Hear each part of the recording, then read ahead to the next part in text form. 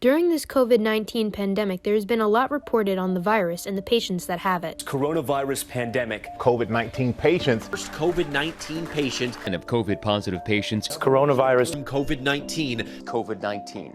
But what about the patients who are sick with a different illness? What is this time like for them? I am Dr. Jill Manel. I am the Chief of Pediatric Hematology Oncology at the Valerie Fund Children's Center at St. Joseph's Children's Hospital in Paterson, New Jersey. During this period of the coronavirus pandemic, it's been very weird because there are so many people who are afraid to come to the hospital. And we also don't want to have too many patients coming to the hospital to expose them unnecessarily. We are being much more selective about the patients who need to come to the office.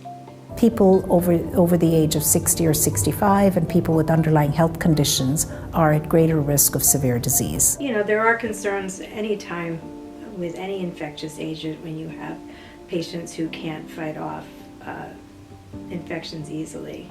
So patients on chemotherapy, their immune system is not functioning normally.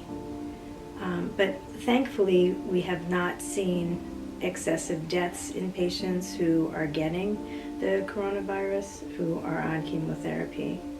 That we've bought a tremendous amount of is the hydroxychloroquine.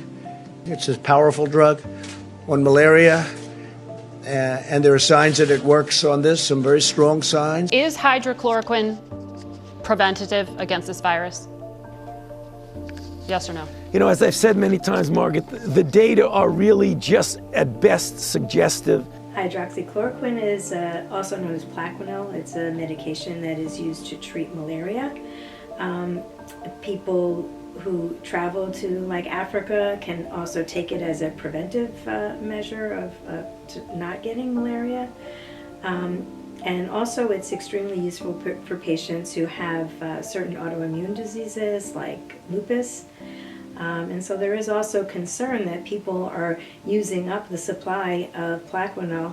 We're not really sure that it's that helpful for the virus, and it's possible that it could not be available for the people who are actually truly benefiting from it and keeping their diseases under control. This latest surge pushing the U.S. total beyond hard-hit Italy after already overtaking Spain, now the deadliest nation in confirmed COVID-19 fatalities.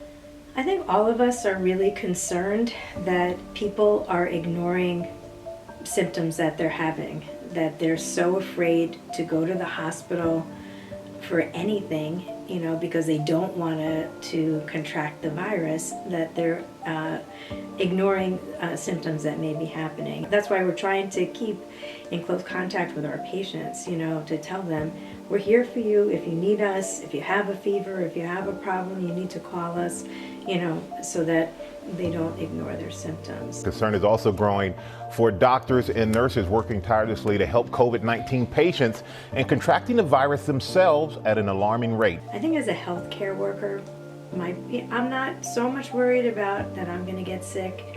I've been a basically healthy person. I know that younger people than me have been getting sick and getting very ill. I think my biggest worry is that I could bring this home to my family.